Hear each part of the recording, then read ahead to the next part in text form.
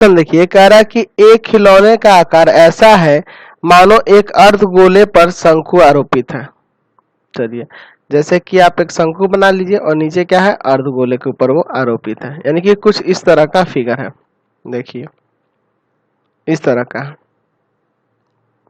ठीक है, इस तरह का है। अब क्या कह रहा है कि शंकु के आधार की त्रिज्या 3 सेंटीमीटर है, तो वही गोले की भी त्रिज्या हो जाएगी। अच्छा, शंकु की ऊंचाई 4 सेंटीमीटर है, तो खिलौने की पृष्ठीय क्षेत्रफल, तो सबसे पहले आपको इसकी त्रिज्यक ऊंचाई निकालनी होगी ना। चलिए तो यहां से लिखेंगे शंकु की त्रिज्या, शंकु की त्रिज्या यानी कि r का मान है आपके पास 3 सेंटीमीटर। अच्छा, शंकु की ऊंचाई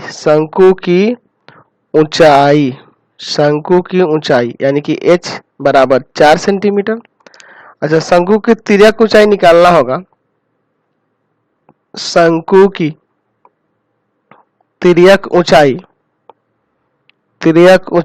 तो आप किस तरह से निकालिएगा, L बराबर √h² प्लस में r², यानी कि L बराबर हो जाएगा √4 का स्क्वायर प्लस 3 का स्क्वायर। 4 का स्क्वायर हो जाएगा 16, 3 का स्क्वायर हो जाएगा 9, यानी कि √25 यानी कि 5 सेंटीमीटर तिर्यक ऊंचाई आ गया। अच्छा, और बात करें जो नीचे अर्धगोला है, अर्धगोले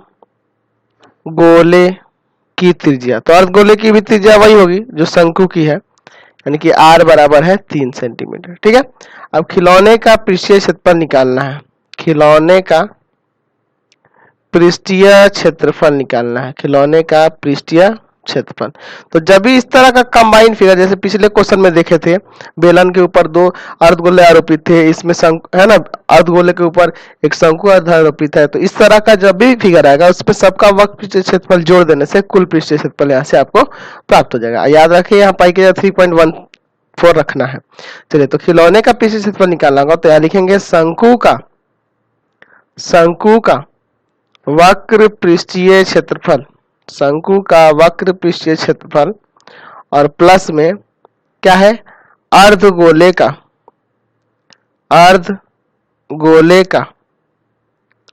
वक्र पृष्ठीय क्षेत्रफल, समझ गए। चलिए आगे इसमें करते हैं। तो शंकु का वक्र पृष्ठीय क्षेत्रफल होता है πr/l और अर्धगोले का होता है 2πr²। पाई आर कॉमन कर लीजिए, बच जाएगा L प्लस 2r। पाई की जगह 3.14 रखना है और r है आपका 3।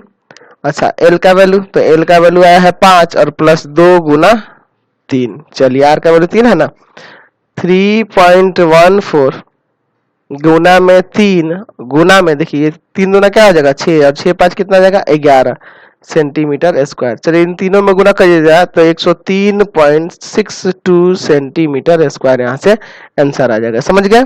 चलिए ये 30